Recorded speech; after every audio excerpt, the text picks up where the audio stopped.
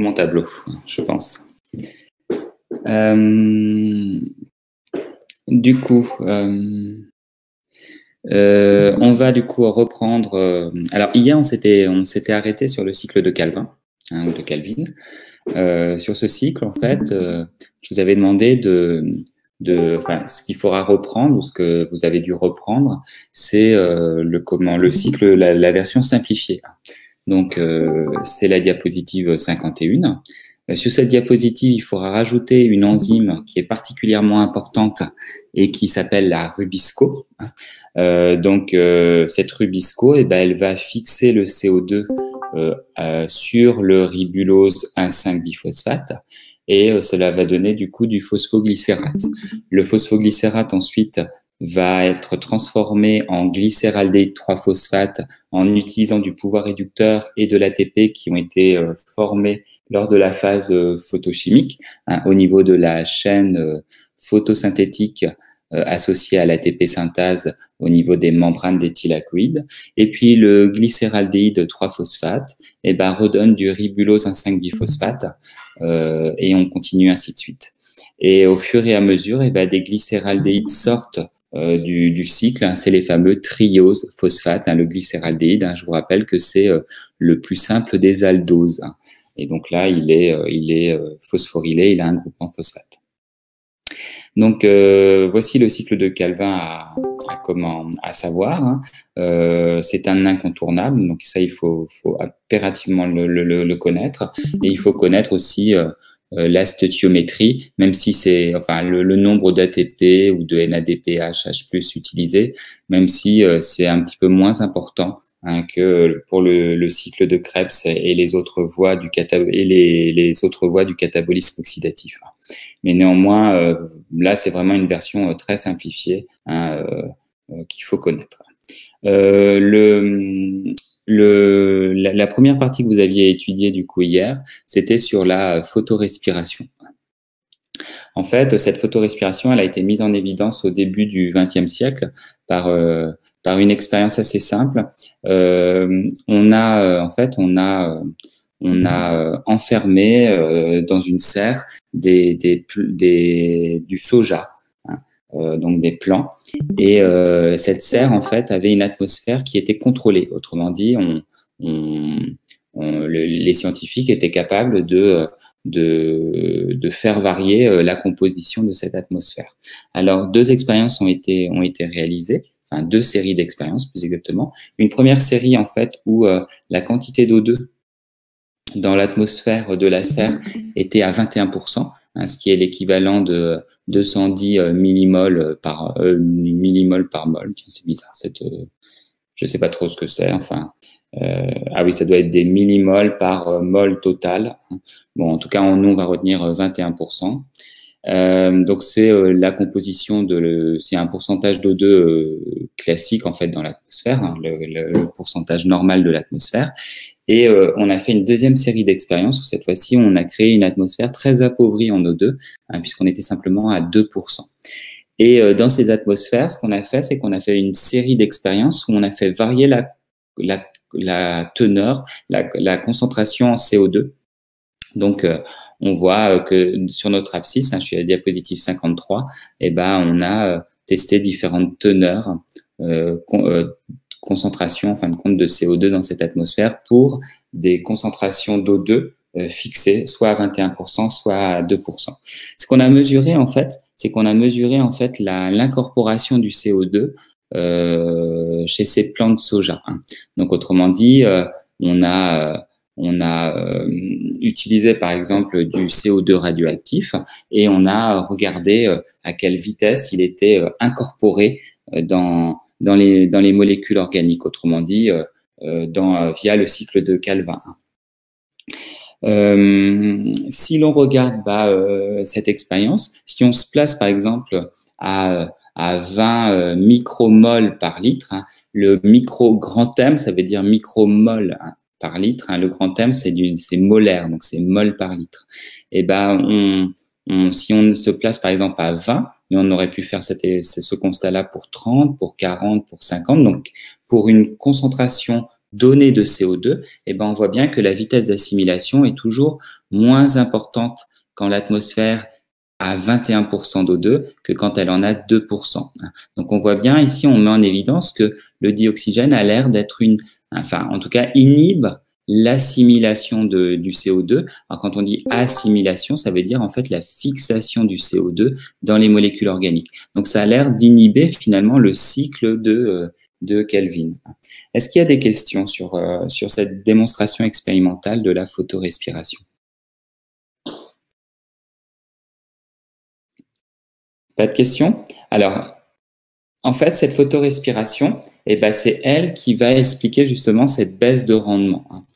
Cette photorespiration, elle met en jeu en fait la coopération de 3 organites. Alors, c'est la diapositive numéro 54. On voit du coup une observation d'une cellule végétale et on voit ici un organite qui a été noté C et qui est le chloroplaste, qui est d'ailleurs juste à côté du noyau. Ce noyau qui est noté N, on voit très bien d'ailleurs au passage, petit rappel des zones qui sont très foncées, l'hétérochromatine, et des zones qui sont plus claires, le chromatine. Et juste à côté, en fait, sur ce chloroplaste, on voit qu'on a accolé on a un autre organite qui est accolé à ce chloroplaste, c'est un organite noté M, donc c'est la mitochondrie. Et on a aussi un petit peroxysome qui est accolé en fait à la mitochondrie. Juste à côté, on voit qu'on a une zone beaucoup plus claire. Ça doit être sûrement la vacuole, le début de la vacuole. Et entre ces organites, on a le cytoplasme. D'ailleurs, on voit des petits grains noirs. Et ces petits grains noirs, en fait, doivent sans doute être des ribosomes. D'ailleurs, on les voit les uns à côté des autres, sûrement qu'ils sont fixés sur un ARN messager, donc on aurait affaire à des polysomes. D'ailleurs, dans le chloroplaste, au passage, on voit très très bien des zones plus claires qui sont un peu linéaires, ce sont les thylakoïdes. Donc cette photorespiration, elle va mettre en jeu justement ces 3 organites, chloroplaste, mitochondrie et peroxysome. Si on regarde diapositive numéro 55, bah là, c'est tout le détail de la photorespiration. Donc, on voit, c'est en tout, je me rappelle même plus, je crois que ça doit être 9 ou 10, je ne sais plus, réactions au total. Oui, c'est ça, ça doit être 10 réactions au total qu'il faut bien évidemment pas du tout mémoriser, ça n'a aucun intérêt. Donc, par contre, on voit bien que cette photorespiration, elle a l'air d'être branchée sur le cycle de Kelvin, et qu'effectivement, elle passe par un peroxysome et par une mitochondrie. Attention, c'est un document qui est en anglais, en partie en anglais. Donc, du coup, les noms sont un petit peu modifiés, par exemple pour peroxysome ou mitochondrion. Alors, nous, ce qu'on va retenir, c'est une version très simplifiée. Par contre, ce qu'on voit, en fait, c'est que cette photorespiration, elle a l'air de partir du ribulose 1,5-biphosphate. Et puis après, il y a un nombre de flèches important. Mais à un moment donné, en fait, je vous ai encadré en rouge. On voit bien que, on a de l'O2 à 2 endroits, au niveau du chloroplaste. Donc au départ, lors de la première réaction de la photorespiration et lors de la 3e réaction de la photorespiration, on a de l'O2 en fait qui est consommé.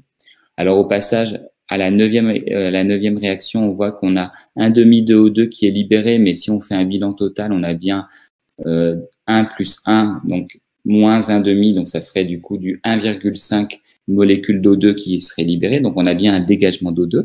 Et puis à un moment donné, au niveau de la mitochondrie, on voit que à la réaction numéro 5, on voit que l'on a la libération d'un CO2 qui est du coup libéré. Et puis à un moment donné, on repasse par le peroxysome et on revient dans le chloroplaste et on achève finalement cette photorespiration au niveau du 3-phosphoglycérate. Donc, la simplification de ce cycle, ce qu'on va retenir, en fait, fonctionnement de la photorespiration, c'est la diapositive 56. Et en fait, j'ai remis en fait au niveau, alors j'ai mis un chloroplaste, j'ai mis un peroxysome et j'ai mis une mitochondrie, donc mes 3 organites qui coopèrent. J'ai mis le cycle de Calvin qui part du RUBP, c'est le ribulose 1,5-biphosphate, et qui, à un moment donné, donne du 3-phosphoglycérate. C'est la première phase, en fait, du cycle de Calvin, et qui est catalysée par la rubisco, cette enzyme qui est très importante. Et puis ensuite, ce 3-phosphoglycérate va donner du glycéraldéhyde 3-phosphate et ensuite du RUBP, mais l'étape du glycéraldéhyde 3-phosphate, eh ben, je l'ai zappé. Donc, j'ai réuni la deuxième et la troisième phase par cette flèche rose, d'accord, sur le cycle de Calvin. Donc, la première phase est représentée pour le cycle de Calvin par une flèche qui est en violet, et puis la deuxième et troisième phase du cycle de Calvin sont représentées par une seule flèche, la flèche rose.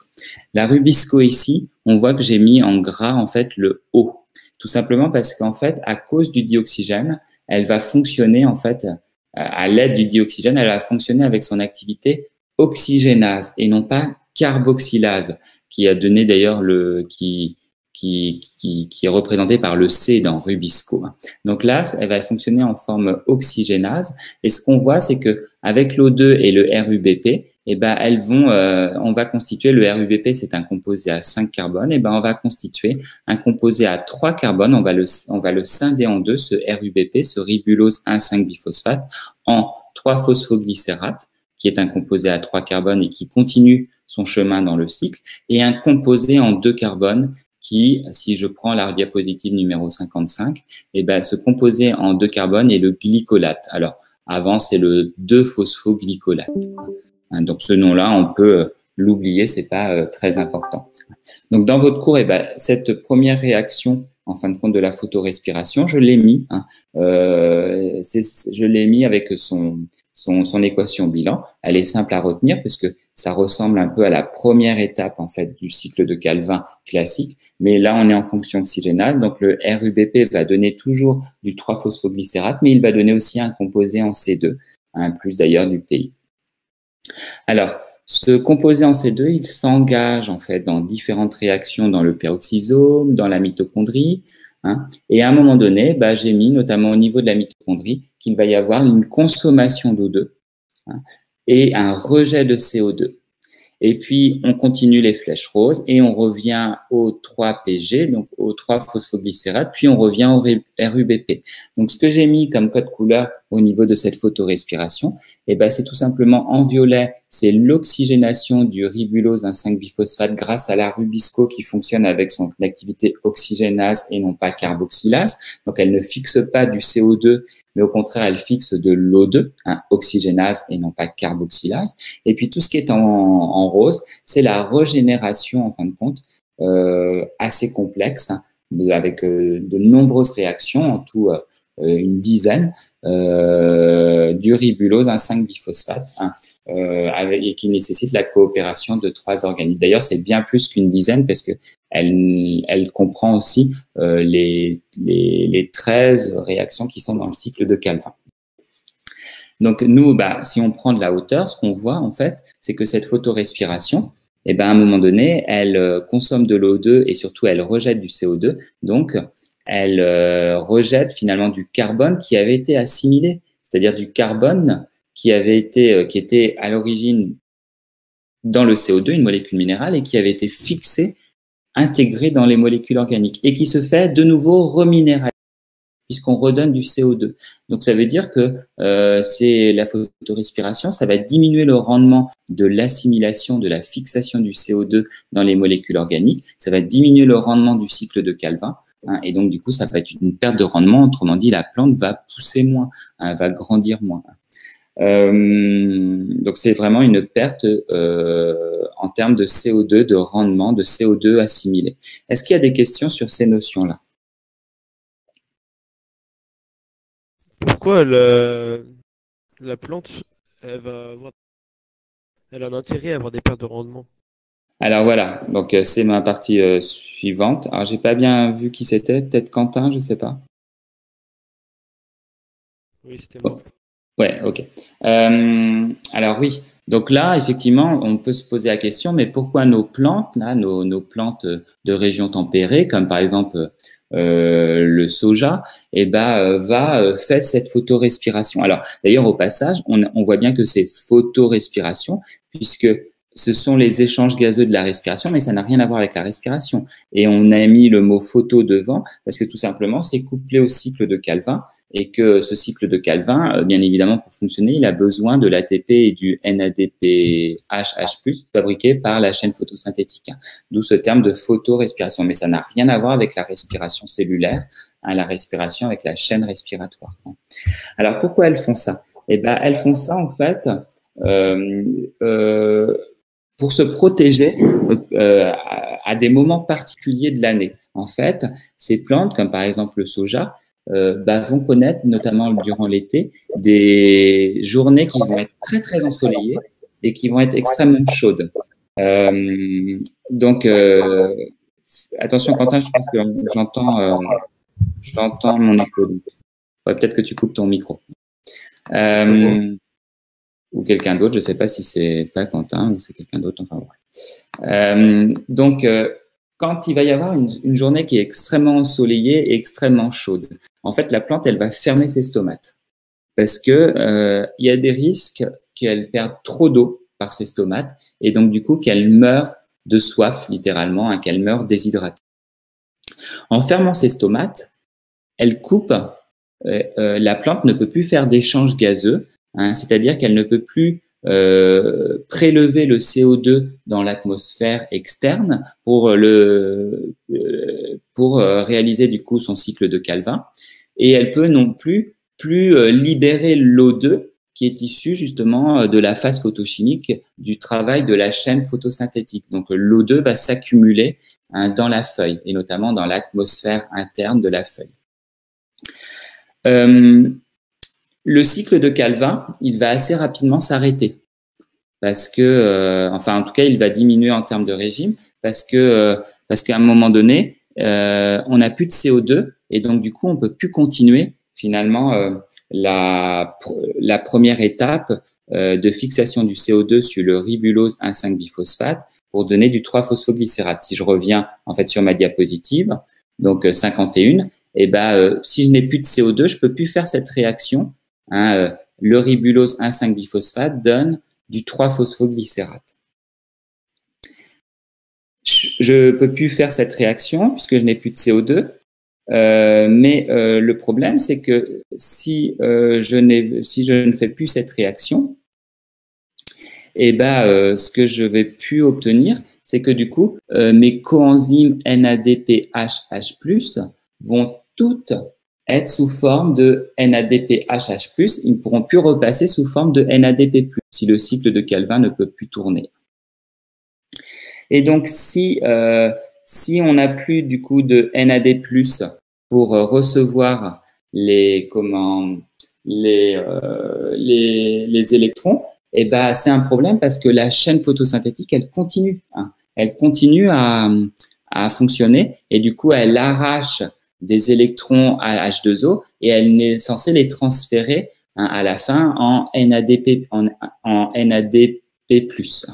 NADP+. Et là, il n'y a plus de NADP+. Donc, du coup, il y a un risque, c'est que ces électrons, en fait, soient transférés directement à l'O2 et que cet O2, en fin de compte, se transforme en un produit qui s'appelle un radical libre, O2-, et qui est très toxique pour la plante. Donc, en gros, si je résume, quand il fait très, très chaud et que les plantes sont obligées, nos plantes tempérées sont obligées de fermer leurs stomates, il y a un vrai risque, c'est que la chaîne photosynthétique, elle continue à travailler, à fonctionner, elle arrache, elle transfère toujours des électrons, mais il va y avoir un manque d'accepteur final de ces électrons, de NADP+. Et donc, du coup, il y a un risque que ces électrons finissent en fait au niveau de l'O2 et forment des radicaux libres qui seraient toxiques, mortels pour la cellule. Et du coup, en fin de compte, en ayant l'O2 qui s'accumule dans la cellule, en fin de compte, la rubisco va changer finalement son activité. Elle va passer d'une fonction carboxylase à une fonction oxygénase. Et du coup, au lieu de fixer du CO2 sur le RUBP, elle va fixer finalement cet O2 sur le RUBP. Et au fur et à mesure en réalisant du coup cette photorespiration, elle va tout simplement diminuer le taux d'O2 et elle va continuer finalement. On va pouvoir continuer à réaliser la suite du cycle, etc.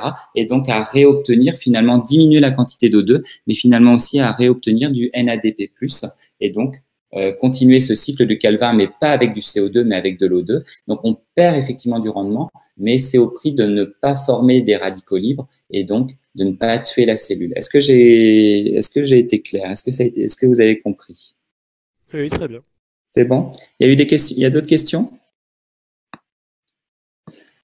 Alors, il faut bien comprendre ça, hein. Cette photorespiration, souvent, les étudiants, ils comprennent pas très bien ça, hein. Quand on a des sujets, notamment, par exemple, sur le chloroplaste et le rôle du chloroplaste, et bah, souvent, on a simplement la photosynthèse, phase photochimique, phase chimique, et puis on oublie totalement cette partie-là sur la photorespiration parce que les étudiants ont laissé ça un peu de côté. Donc, faut comprendre, hein, c'est sûr que si on regarde dans le détail, c'est très compliqué, mais nous, on s'en fiche de ce détail. En fait, il faut comprendre vraiment le fonctionnement et après, dans quel cadre ça s'inscrit. Hein, donc, c'est la Rubisco, qui est une enzyme un peu particulière qui a la possibilité de fonctionner en carboxylase et aussi en oxygénase. Donc, elle a deux activités finalement enzymatiques. Et si elle fonctionne en oxygénase, elle va finalement libérer du CO2 qui du coup annule un peu, en tout cas diminue l'activité carboxylase, puisque du CO2 qui avait été intégré aux molécules organiques se fait de nouveau libérer sous forme minérale, donc il est désassimilé entre guillemets. Hein. Ça va créer de la perte de rendement, mais en réalité, cette perte de rendement, c'est pour faire fonctionner, continuer à faire fonctionner finalement le cycle de Calvin, hein, et pour que de toute façon la chaîne photosyntétique puisse avoir du NADP+, et donc transmettre ces électrons à NADP+, et non pas à O2, qui formerait du coup des radicaux libres toxiques pour la cellule. OK ? Alors, ça, c'est bien gentil, mais c'est pour nos plantes du coup de zone tempérée, hein, celles qui vivent chez nous. Et effectivement, ces conditions météorologiques un peu extrêmes, hein, de forte chaleur et de fort ensoleillement, sont relativement rares. Donc, ça veut dire que l'impact sur la croissance, elle va être raisonnable. Hein. La plaque sur le rendement de la photosynthèse va être raisonnable, parce que sur une année, ces conditions sont relativement rares. Maintenant, se pose la question des plantes tropicales. Les plantes tropicales, elles vont connaître ces conditions-là beaucoup plus fréquemment. Et donc, du coup, on pourrait se dire, le rendement risque d'être beaucoup plus impacté, entre guillemets. Alors, comment font-elles? Au cours de l'évolution, il y a eu la sélection, en fait, d'un processus qu'on appelle le métabolisme en C4. On peut aussi l'appeler le métabolisme en C3-C4. On va voir pourquoi. Alors, pour le mettre en évidence, ce métabolisme, on a pu en 1970 faire l'expérience de Pulse Chase par Hatch et Slack. En fait, ce qu'ils ont fait, c'est qu'ils ont pris du coup des plants de canne à sucre. Donc la canne à sucre, c'est bien une plante tropicale, d'ailleurs au passage comme le maïs, et c'est d'ailleurs des plantes, on verra, avec une très forte croissance. On y reviendra à la fin. Donc on prend ces plants de canne à sucre et la feuille, on va fournir à la feuille en fait du CO2 radioactif, donc contenant l'isotope 14. On fournit pendant juste 15 secondes ce CO2 radioactif. Hein, c'est ce qu'on appelle le pulse. Donc le CO2 va être utilisé pour réaliser du coup le cycle de Calvin, la photosynthèse, et donc du coup ce CO2 va être intégré en fin de compte aux molécules organiques. Et ensuite, ce que font les chercheurs, c'est qu'ils vont en fait prendre des petits fragments de la feuille, enfin quelques cellules de la feuille, et au cours du temps, et ils vont déterminer quelles sont les molécules qui sont radioactives. Hein, donc, ils vont suivre la radioactivité. Hein. À ce moment-là, quand on a fini le pulse, ce qu'on fournit du coup à la plante, c'est du CO2 non marqué, hein, autrement dit du CO2 avec l'isotope normal, hein, classique, non radioactif. Donc, on va suivre du coup la radioactivité. Alors, on voit en fait sur ce graphique, on est à la diapositive 58, que les premières molécules à être radioactives, c'est le malate. Et ce malate, c'est une molécule organique en C3. Ce qui quand même nous étonne. en C4, je veux dire, à 4 carbones. Ce qui quand même nous étonne puisque, logiquement, si je reprends mon cycle de Calvin, chez la diapositive 51, et logiquement, quand le CO2 est fixé, la première molécule organique qui devrait être radioactive, c'est le 3-phosphoglycérate. D'ailleurs, si je reprends les autoradiogrammes de Calvin, effectivement, c'était cette première molécule qui était radioactive, qui apparaissait. Hein, c'était au niveau du premier autoradiogramme, après 2 secondes. Donc là, c'est assez étonnant. On a une molécule en C3, hein, à 3 carbones, mais une molécule en C4, le malate. Et du coup, vous comprenez pourquoi on a appelé ces plantes, on a dit que c'était des plantes en C4 et non pas des plantes en C3 comme les plantes de milieu tempéré. Ensuite, ça veut dire que du coup, le CO2, quand il est fixé sur une molécule et cette molécule, elle donne non pas le 3-phosphoglycérate, mais le malate, non pas du coup une molécule à 3 carbones, mais une molécule à 4 carbones. Si on regarde ensuite la suite des résultats, on voit que quand par exemple de 15 jusqu'à 120 secondes, on a la radioactivité qui est associée au malate qui diminue. Et par contre, dans le même temps, on voit qu'on a la radioactivité du 3-phosphoglycérate qui augmente. Donc, on peut penser que le malate a servi à former du coup le 3-phosphoglycérate. Autrement dit, les atomes radioactifs qui étaient dans le malate finissent dans le 3-phosphoglycérate. Donc la réaction, ça doit être malate donne le 3-phosphoglycérate. Et puis ensuite, si on continue, on voit que la radioactivité du 3-phosphoglycérate diminue. Hein, je suis autour de 100 jusqu'à 150 secondes.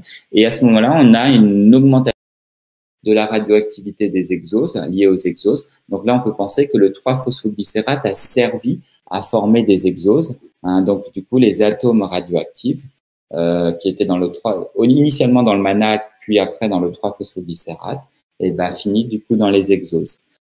Donc je peux suivre comme ça le devenir de la radioactivité de ces carbones radioactifs parce qu'à un moment donné, j'ai fait un pulse. J'ai fourni sur une petite donnée, du coup un court temps, un instant, du CO2 radioactif. Et puis ensuite, j'ai fourni du CO2 normal. J'ai fait ce qu'on appelle une chasse. Est-ce qu'il y a des questions sur ce protocole, sur cette expérience? Alors, du coup, ici, ils ont travaillé sur la canne à sucre. Ils auraient pu travailler, par exemple, sur tout ça. Ce sont des plantes qui sont originaires des contrées tropicales. Et elles ont des adaptations histologiques au niveau de leur tissu. Quand on regarde une coupe de feuilles en fait de plantes en C4, on se rend compte en fait ici, je suis à la diapositive du coup numéro 59, hein, on se rend compte que le mésophile, que le faisceau que le faisceau vasculaire qui contient le xylème et le phloème sont entourés d'une gaine qui est beaucoup plus développée que chez les plantes en C3. Donc ici, le trou, là, l'espace qui a été l'espace en cylindrique, en demi-cylindre qui a été représenté sur ces blocs 3D, c'est le faisceau vasculaire, c'est là où il y a le xylème et le phloème. Et tout autour, on a une assise de cellules qui l'entoure. C'est ce qu'on appelle la gaine péri-autour vasculaire et elle est beaucoup plus développée dans le cadre des plantes en C4. Entre les cellules autres que le faisceau vasculaire ou que la gaine périvasculaire constituent ce qu'on appelle le mésophile. Alors, il est constitué notamment de parenchyme. Alors, vous verrez avec Monsieur Krauss qu'il y a 2 types de parenchyme. Certains d'ailleurs l'ont déjà vu en spécialité. Il y a notamment un parenchyme parfois qui est rangé, où les cellules sont rangées comme des lames de bois d'une palissade. C'est ce qu'on appelle le parenchyme palissadique. Et puis, on a des cellules de parenchyme qui sont très espacées, qui ont entre elles des méas, on appelle ça aussi des lacunes qui contiennent de l'air. Donc, on dit des méas ou des lacunes aérifères. C'est le parenchyme lacuneux ou le parenchyme aérifère.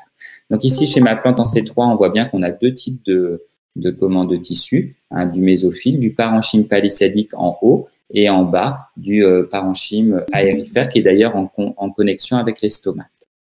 Et puis ce qui limite du coup ma feuille, c'est deux épidermes qui sont des assises cellulaires, un épiderme supérieur et un épiderme inférieur dans lequel j'ai justement d'ailleurs des stomates. Ici, j'ai aussi un stomate, mais il est fermé, ils l'ont représenté fermé. Et là, par contre, j'ai un seul et même parenchyme qui constitue le mésophile. C'est un parenchyme avec de très très grandes lacunes aérifères, donc un parenchyme aérifère, et j'ai encore de nouveau mes deux épidermes. Donc sur l'histologie d'une feuille en général, de toute façon, vous reverrez ça en SP. Mais là, ce qu'il faut retenir, c'est qu'on a surtout une gaine, une couche de cellules qui entoure le faisceau vasculaire qui est très développée. Ensuite, on a aussi des adaptations en fait biochimiques. En fait, le mésophile, donc le parenchyme foliaire des plantes en C4, ces cellules ont des chloroplastes, mais ces chloroplastes n'ont pas la rubisco.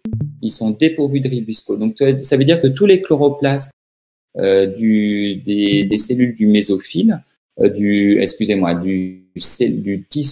chloroplastes des cellules du tissu du mésophile, n'ont pas la rubisco, donc ils ne sont pas capables de faire du coup le cycle de Calvin, et du coup ils ne fabriquent pas d'exoses, et ces exoses ne sont pas mis en réserve sous la forme d'amidon, donc ces chloroplastes n'auront pas d'amidon, n'auront pas d'agrain d'amidon. Donc je passe à la diapositive 60.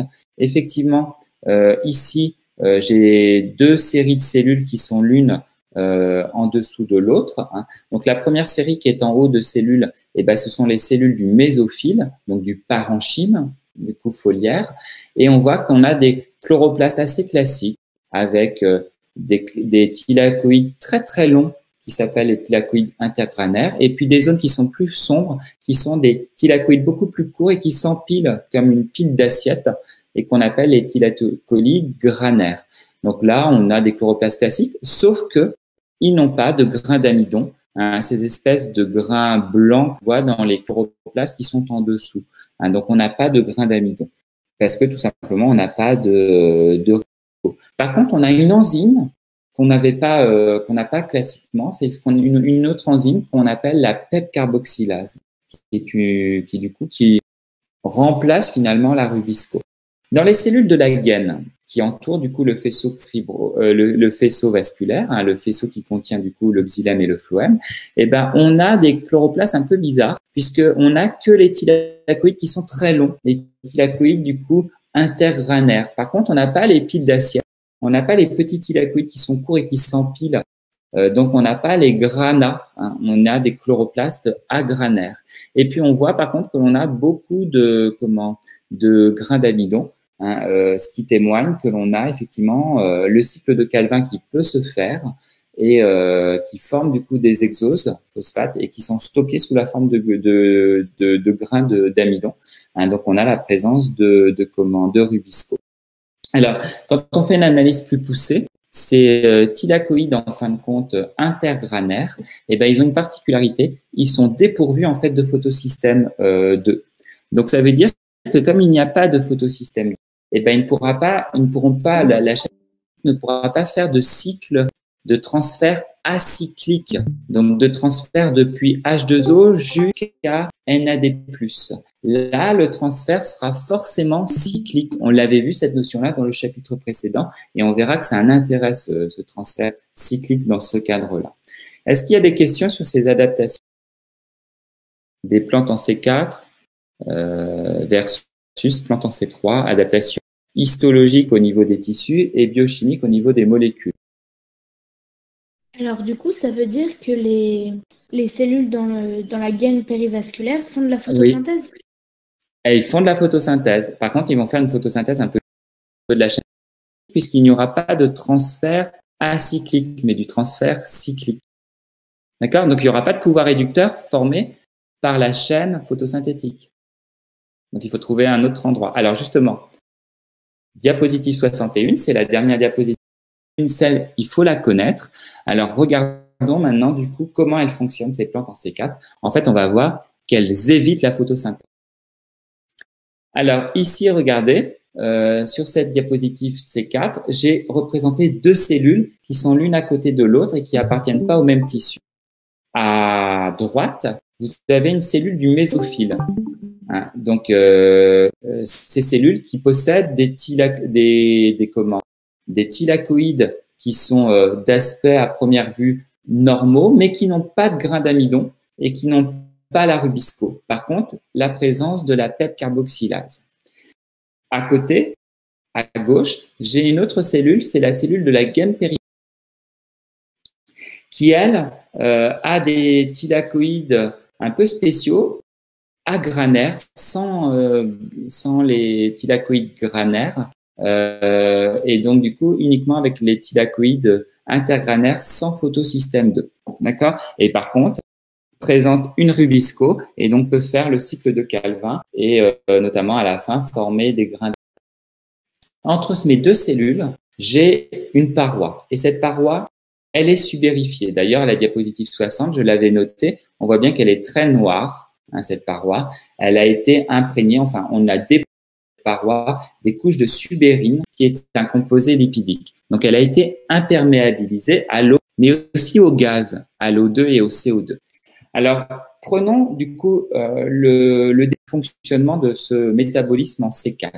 Et ben en fait, le CO2, quand il va rentrer, alors je vous rappelle qu'il rentre bien évidemment par les stomates. Si on reprend la diapositive 59, en fait, le CO2 rentre par les stomates, va se retrouver dans les lacunes aérifères et va être d'abord au contact des cellules du mésophile et notamment des cellules du mésophile avant d'être au contact des cellules de la gaine. Donc, le CO2, quand il va rentrer dans les cellules du mésophile, il va se retrouver au contact d'une enzyme qui a une très, très grande affinité pour ce CO2 qui s'appelle la PEP carboxylase et qui va du coup fixer ce CO2 sur un composé à 3 carbones qui s'appelle le phosphoénolpyruvate et ça va donner un composé à 4 carbones qui s'appelle l'oxaloacétate. Alors, les noms des molécules sont pas que vous devez retenir, vous, c'est juste les nombres de carbone. Bon, alors là, c'est pas dur de retenir le substrat de cette première réaction, puisque PEP carboxylase, ça veut dire qu'on va fixer du CO2 sur la PEP, sur le PEP, donc le phosphoénolpyruvate, une molécule qu'on avait vue dans la dernière réaction du cycle de Krebs. Donc, on a fixé le CO2. Ce CO2 est fixé et donne du coup un composé à 4 carbones. Il se rend, ce composé, cet oxaloacétate, dans le chloroplaste. Le chloroplaste va du coup réduire cet oxaloacétate en malate. Et donc, on comprend tout à l'heure que dans l'expérience, on avait le malate qui était radioactif en premier, avant le 3-phosphoglycérate qui fait partie du cycle de Calvin et qui sera formé bien après ce malate. Donc là, on voit bien qu'on oxyde du pouvoir réducteur. NADP+, NADPH+, donne du NADP+, donc on fait une oxydation qui est associée du coup à la réduction de l'oxaloacétate, le composé en C4, en malate, qui est toujours un composé en C4. Ce malate se rend ensuite dans les cellules de la gaine périvasculaire. Il passe par des perforations de la paroi qu'on appelle des plasmodèses. Et là, regardez, c'est là où il y a toute l'astuce, c'est que le malate, qui est le composé en C4, subit une décarboxylation. Et il va donner un composé en C3. Il a perdu du coup un carbone sous forme de CO2. Et du coup, on obtient le pyruvate, un composé que vous connaissez aussi. Donc là, C4 donne C3, on a bien une décarboxylation et elle est associée, regardez, à la réduction de coenzymes puisque le NADP+, va donner du NADPHH+. Donc c'est une décarboxylation oxydative. Ça veut dire que dans mon chloroplaste de ma cellule de la gaine, je libère à ce moment-là du CO2 et je forme du pouvoir réducteur. On est OK ? Et à côté de ça, j'ai une chaîne photosynthétique qui ne peut fonctionner que de manière cyclique. Donc, elle ne peut pas transférer de H2O à NADP+, puisqu'elle n'a pas le photosystème 2. Donc, elle ne va fonctionner qu'en fonctionnement cyclique. Et l'intérêt de ce fonctionnement cyclique, c'est qu'on avait vu que du coup, on ne fait pas de photooxydation de l'eau. H2O n'est pas transformé en O2, donc on ne produit pas d'O2. Par contre, on continue On ne produit pas de pouvoir réducteur, mais c'est pas très grave parce qu'on en a produit justement par cette étape 3. On a formé du NADPH+. Et en fait, on produit par contre un gradient de protons quand même, et donc on produit quand même de l'ATP. Donc du coup, j'ai du CO2, j'ai du pouvoir réducteur NADPH+, tout ça grâce à l'étape 3. Et grâce à ma chaîne photosynthétique cyclique, j'ai de l'ATP. Et comme j'ai de la Rubisco, je peux faire le cycle de Calvin et former du coup des trioses phosphates, ce que j'ai noté TP. D'accord? Et ma Rubisco ici, elle va fonctionner en activité carboxylase parce que dans cette gaine périvasculaire, on va avoir un rapport de concentration O2 sur CO2 qui va être très faible. Autrement dit, on ne va pas avoir une concentration forte d'eau. Pourquoi? Parce que, cette chaîne photosynthétique n'en produit pas. Et deux, l'O2 qui pourrait venir, en fin de compte, du reste du méso est bloqué finalement par les parois subérifiées. Donc, on confine finalement la gaine périvasculaire et le CO2 qui est libéré par l'étape 3 est aussi confiné et maintenu dans ce compartiment dans la cellule de la gaine et ne rejoint pas ou très peu les cellules du mésophile. Donc, si on prend un peu alors, si je termine le processus, le pyruvate va rejoindre ensuite la cellule du mésophile et va être transformé en phosphoénol pyruvate, d'accord? Tout simplement en utilisant de l'ATP qui est fabriqué là par une chaîne photosynthétique qui fonctionne de façon classique, de façon acyclique. Donc, qui produit de l'O2 et qui produit du NADPH+, et bien évidemment de l'ATP. Mais là, c'est pas très grave parce que l'O2 qui est produit là et ne va pas finalement dans la gaine au contact de la Rubisco puisque tout ça est confiné et séparé par une paroi subérifiée. Donc, si on prend une vision un peu globale des choses, le CO2, une fois qu'il rentre dans la feuille, il se fait fixer dans une molécule organique par les cellules du mésophile et il est expédié dans les cellules de la gaine. Et là, à ce moment-là, on libère ce CO2, on fabrique du pouvoir réducteur, on fabrique de l'ATP, mais avec une chaîne photosynthétique qui ne produit pas d'O2. Donc, en fin de compte, on fait un milieu, un ciment qui va être très pauvre en O2, riche en CO2 et qui va du coup fonctionner, la Rubisco va fonctionner à plein régime avec son activité carboxylase et du coup fabriquer beaucoup de trioses phosphates. Du coup, vous comprenez pourquoi le maïs et la canne à sucre ont une croissance, ont un rendement qui est très très fort. C'est-à-dire que vous imaginez quand même que vous voyez bien qu'un plant quand même de canne à sucre ou un plant de maïs, c'est quand même une plante qui est beaucoup plus grande que par exemple du colza ou du blé, qui sont nos plantes de climat tempéré. C'est une plante qui pousse de façon beaucoup plus importante, qui a une croissance beaucoup plus importante parce qu'elle a ce métabolisme C4, excusez-moi, que certains d'ailleurs appellent métabolisme C4, C3, puisqu'on est en C4 au niveau de la gaine du mésophile et qu'ensuite on retrouve du cycle de Calvin, donc métabolisme C3 classique. Est-ce qu'il y a des questions sur ce métabolisme C4? Donc, pareil, dans un sujet sur les chloroplastes, il ne faut pas l'oublier, ce métabolisme, parce qu'on voit bien qu'il a un chloroplaste et qu'il est important. Et donc là, on voit bien que, dans cet exemple, on a bien une coopération entre deux types cellulaires, entre les cellules du mésophile et les cellules de la gaine. Et on voit bien que l'on a une sorte de dissociation spatiale entre la prise en charge du CO2 et son incorporation dans le cycle de Calvin. Le CO2 est vraiment assimilé, il est véritablement pris en charge dans des molécules organiques au niveau, grâce à la PEP carboxylase au niveau du coup du mésophile.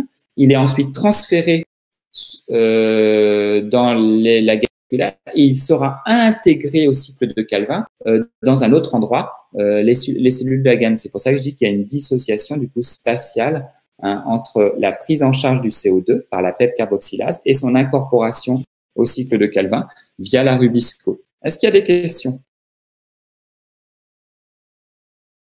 Donc voilà, alors ce comment ce schéma, hein, vous devez bien évidemment le nom des molécules, phosphoénol pyruvate, oxaloacétate, malate, pyruvate, tout ça vous pouvez les oublier. Hein, vous pouvez fonctionner, vous pouvez expliquer parfaitement les choses et on a le concept sera complet avec simplement le nombre de carbone, hein, C4, C3, ça suffit. Hein. Il faut vraiment être capable, hein, c'est ça qui va faire la différence. Hein. Bien évidemment, quand on donne un sujet sur les chloroplastes, on a la photosynthèse classique, mais il faut pas oublier qu'il y a la photorespiration et qu'il y a aussi les adaptations au métabolisme C4. D'accord, les adaptations des plantes tropicales, hein, autrement dit du métabolisme en C4. Est-ce qu'il y a des questions? Bon, on a du coup, vous avez à étudier aujourd'hui bon, vous allez voir que c'est pas très difficile, hein, il y a très très peu de diapositives. Il y a un grand schéma bilan sur une cellule végétale. Donc, ça va être pareil comme pour la cellule animale. Une spéciale dédicace à Laura. Hein, ça va être de faire pareil un grand schéma en A3. Et lors de vos révisions, ça va être vous dire, bon, voilà, effectivement, ce qu'il a mis là sur le schéma, je sais de quoi ça parle, je sais que ça fait référence à telle partie du chapitre, un tel ou un tel. Et en fait, vous pouvez même faire des liens, c'est-à-dire des liens à d'autres feuilles où vous avez des schémas de détail de la voie. Hein. Par exemple, si le cycle de Calvin a été représenté, on peut faire un renvoi à une feuille A4 où on a justement le cycle de Calvin représenté, hein, la version simplifiée et ainsi de suite. Donc, il va falloir vraiment faire un travail là dans les 15 jours à venir de travail de fond de ce métabolisme. Je vois bien que mon avis un peu de retard parce que j'ai beaucoup moins de questions et que j'en ai très très peu qui voient les erreurs que j'ai pu mettre, les mots que j'ai pu oublier dans le cours et donc du coup il y a des phrases qui n'ont pas de sens et vous ne les relevez pas